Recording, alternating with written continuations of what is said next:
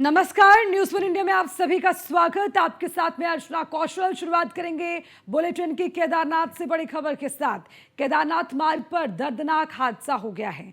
गौरीकुंड क्षेत्र में helicopter crash हो गया और इस हादसे में हेलीकॉप्टर में सवार 7 लोगों की मौत हो गई है। ये बड़ा अपडेट आपको दे दें, केदारनाथ मार्ग पर हेलीकॉप्टर क्रैश होने की वजह से 7 लोगों की गई जान। एसडीआरएफ ने सभी शवों को बरामद कर लिया है। खराब मौसम की वजह से हादसा हुआ। हेलीकॉप्टर केदारनाथ से गुप्तकाशी की तरफ जा रहा था और कैप्टन राजवीर सिंह चौहान की भी इसमें मौत हो गई है। यूपी की विनोद देवी, तुष्टि और उसी के साथ तृष्टि की मौत हुई। हादसे में महाराष्ट्र के 2 लोगों की मौत हुई। श्रद्धा राजकुमार जायसवाल काशी की मौत इसमें हुई है। विक्रम रावत बीकेटीसी प्रतिनिधि की भी मौत हो गई। देखिए, ये तमाम नाम हैं जो इस हेलीकॉप्टर में सवार थे। कैप्टन राजवीर सिंह चौहान की मौत इस हेलीकॉप्टर क्रैश में हुई है। लेकिन देखिए, यूपी का जो विनोद है उनका भी नाम इसमें शामिल है और यूपी की विनोद देवी भी इसमें शामिल थे। और देखिए, सबसे बड़ी बात ये कि जो प्लेन क्रैश हुआ है उसको लेकर कई तरह के सवाल अब उठ रहे हैं कि क्या इस तरह की घटनाएं किसी लापरवाही का नतीजा है, क्योंकि आमूमन ऐसी एक के बाद एक कई घटनाएं सामने आ रही हैं। चलिए, इसी पर सबसे पहले ज्यादा जानकारी लेंगे। ब्यूरो चीफ सुदीप जैन हमारे साथ जुड़ गए हैं। सुदीप, देखिए, अभी 7 लोगों की मौत इस हादसे में हुई है। पहले पूरा अपडेट दीजिए और क्या जानकारी।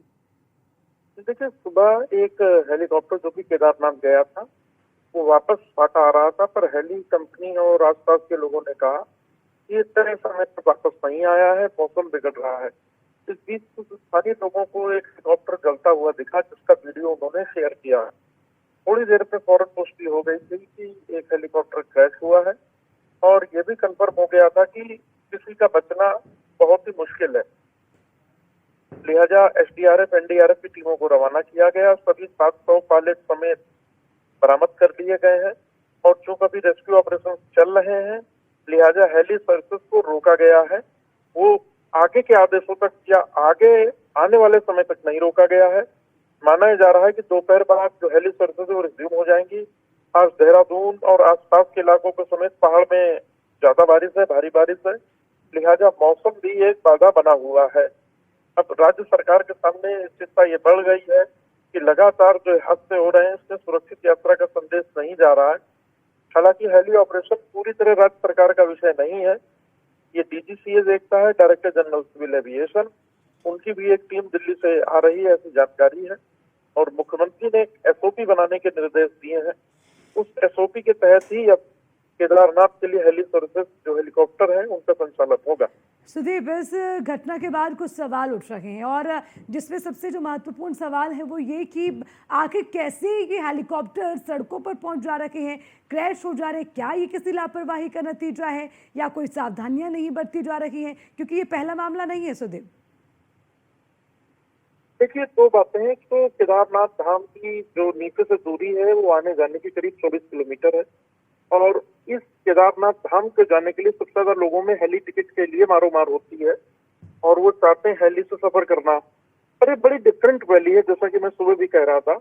यहाँ फौरन मौसम साफ होता है, फौरन विंडो ऑफ हो जाती है, यानी चलने का रास्ता बाधित होता है। लिहाजा यहाँ हेली ऑपरेशंस इतने आसान नहीं है। दूसरा, इतना फ्रीक्वेंट फ्लाइंग हो गई है, इतनी ज्यादा शटल सर्विस है कि जैसा कि कोई ऑटो विक्रम की तरह एक हेली चल रहा हो। पायलट पर भी प्रेशर है, ग्राउंड स्टाफ पर भी प्रेशर है, पब्लिक का भी प्रेशर है। सबको जल्दी जाके जल्दी आना है और फिर मौसम भी बाधा बनता है। तो लिहाजा ऐसा लगता है जो बहुत आपाधापी है बहुत ज्यादा ट्रेवल की, वो भी इस हेली सर्विसेज को कोलैप्स करा रही है और ये अच्छा संकेत नहीं, इसका अंतर्राष्ट्रीय स्तर पर बड़ा नकारात्मक संदेश है। जी। सुदीप, सवाल ये भी कि आज के इस अगर हादसे की बात करें, एक लाइन, सिंगल लाइन का जवाब क्या हो सकता है कि ये जो हादसा ये भी लापरवाही का कारण है, मौसम की खराबी रही, क्या माने इस हादसे का कारण? जी देखिए, जब हेलीकॉप्टर टेक ऑफ हुआ था फाटा से केदारनाथ के लिए, उस समय मौसम साफ था, वेदर जो कंडीशन थी वो फेवरेबल थी। परंतु जब हेली लैंड हुआ, उसने सवारी को ड्रॉप किया, उन्होंने दर्शन किया, दूसरी सवारी यहाँ लौटी, तब तक वैली पैक हो चुकी थी। मौसम बिगड़ा, ये बात सही है। इस तो बात लेकिन से कोई सुदीप, इनकार नहीं किया इसके जा कुछ सकता। तो मापदंड पर हैं इसके जिनका ख्याल अलावा रखना है। सुदीप, अगर मौसम खराब है तो ऐसे में टेक ऑफ करने की इजाजत क्यों मिली, ये भी तो बड़ा सवाल है ना, क्योंकि अक्सर हम पिछले कई हादसे देख चुके हैं। क्या उससे सबक लेने की जरूरत नहीं है? ये मैं यही समझाने की कोशिश कर रहा हूँ। जब हेली टेक ऑफ हुआ था उस वक्त वेदर साफ था, वो केदारनाथ धाम में लैंड हुआ, उसे वापस फाटा आना था केदारनाथ ट्रैक पे। पर टेक ऑफ होने के बाद वैली एकाएक पैक हुई। वहां पर कोई एटीसी का परमानेंट सेटअप नहीं है। जो पायलट है वो रेडियो पर बात करते हैं। हमारा जो एटीसी जॉली ग्रांट का है वो टिहरी तक काम करता है। जी। इसके आगे एटीसी का कोई परमानेंट सेटअप नहीं है। दूसरी बात, एकाएक वैली पैक होने पर समस्या आती है। पर ये जो जिस वैली में जो पायलट फ्लाई करते हैं, इन्हें काफी हद तक जानकारी होती है कि उन्हें कहाँ क्या करना है। पर आज क्या परिस्थिति हुई ये कह पाना जल्दीबाजी है, क्योंकि कोई गवाह तो बचा नहीं जो इस हादसे के बारे में बता सके। और ग्रामीणों ने भी गिरा हुआ हेलीकॉप्टर देखा है। अब डीजीसीए पर बहुत कुछ डिपेंड है कि वो अपनी रिपोर्ट में क्या बताते हैं। ठीक है सुदीप, शुक्रिया आपका इस खबर पर विस्तार से तमाम जानकारी के लिए। तो ये तस्वीरें आपको दिखा दें, इस मामले से जुड़ी हुई एक्सक्लूसिव तस्वीरें न्यूज़ 1 इंडिया पर आपको दिखा रहे हैं। हेलीकॉप्टर केदारनाथ से गुप्तकाशी की तरफ जा रहा था और उसी वक्त हेलीकॉप्टर क्रैश हुआ।